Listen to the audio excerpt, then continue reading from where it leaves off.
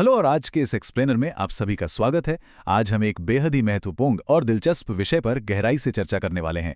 एक 3.5 core cable में fault और कंटिन्यूटी की जांच करने के लिए मैगर का उपयोग कैसे किया जाता है।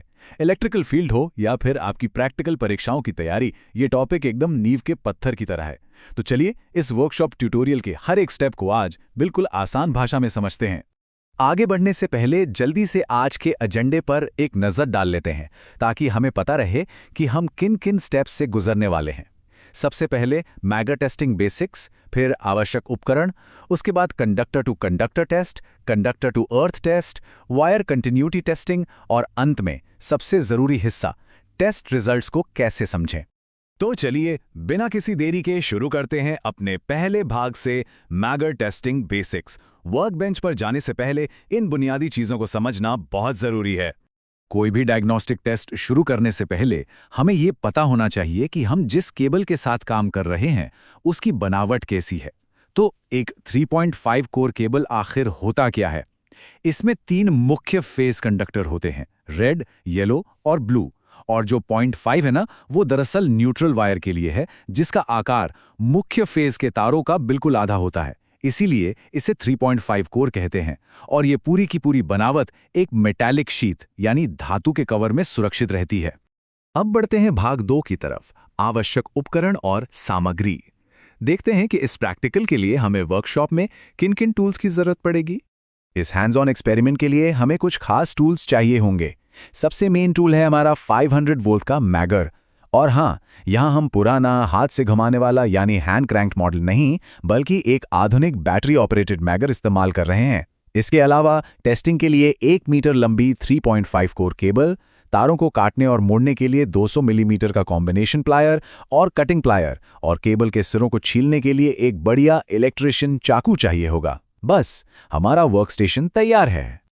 अब आते हैं अपने तीसरे और बहुत ही अहम हिस्से पर, कंडक्टर टू कंडक्टर टेस्ट। यहाँ हम चेक करेंगे कि कहीं फेज तारों के बीच कोई शॉर्ट सर्किट तो नहीं है।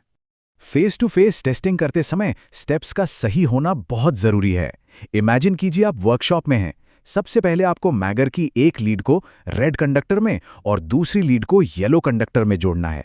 फिर बस मैगर का टेस्ट बटन दबाइए और स्क्रीन पर जो भी रीडिंग आए उसे ध्यान से नोट कर लीजिए। बिल्कुल यही सेम प्रोसेस आपको येलो और ब्लू के बीच और फिर आखिर में ब्लू और रेड तारों के बीच दोहरानी है।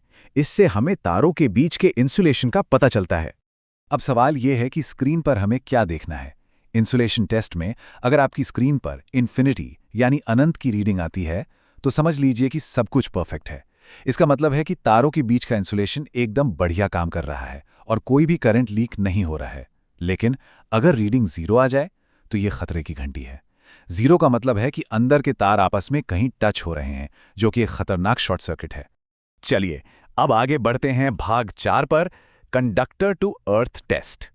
इसमें हम ये जांचेंगे कि कहीं करंट केबल के बाहर यानी मेटालिक शीट में तो लीक नहीं हो रहा। फेस टू अर्थ टेस्टिंग का प्रोसेस भी काफी हद तक पहले जैसा ही है, बस यहां हम मेटालिक शीट को अर्थ मानकर चलते हैं।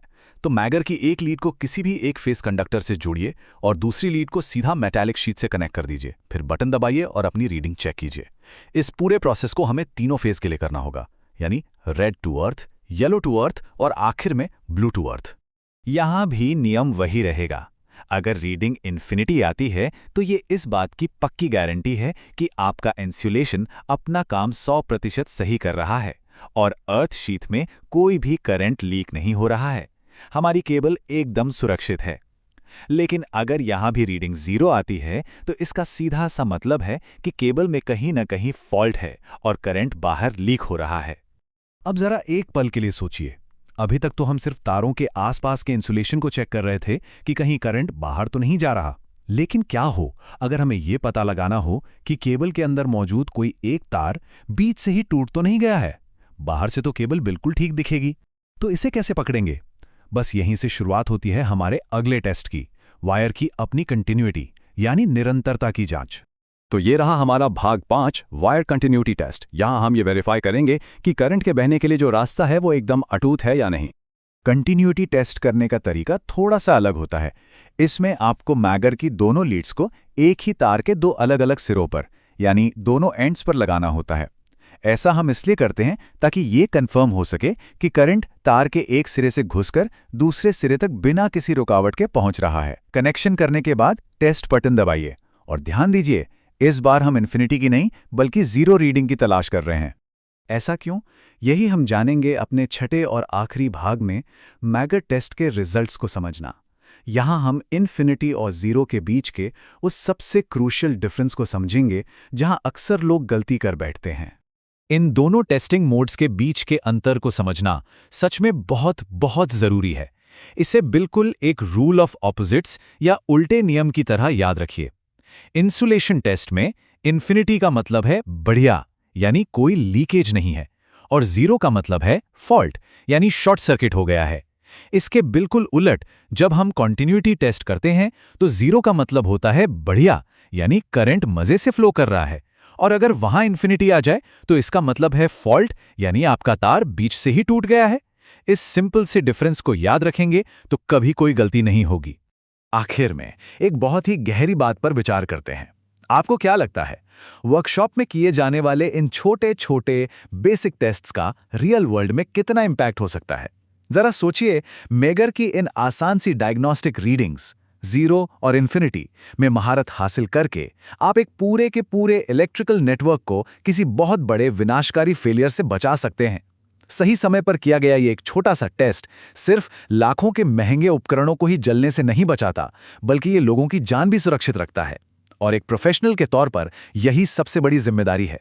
उम्मीद है कि इस एक्सप्लेनर के जरिए आपको मेगर टेस्टिंग का ये पूरा कॉन्सेप्ट बिल्कुल शीशे की तरह साफ हो गया होगा।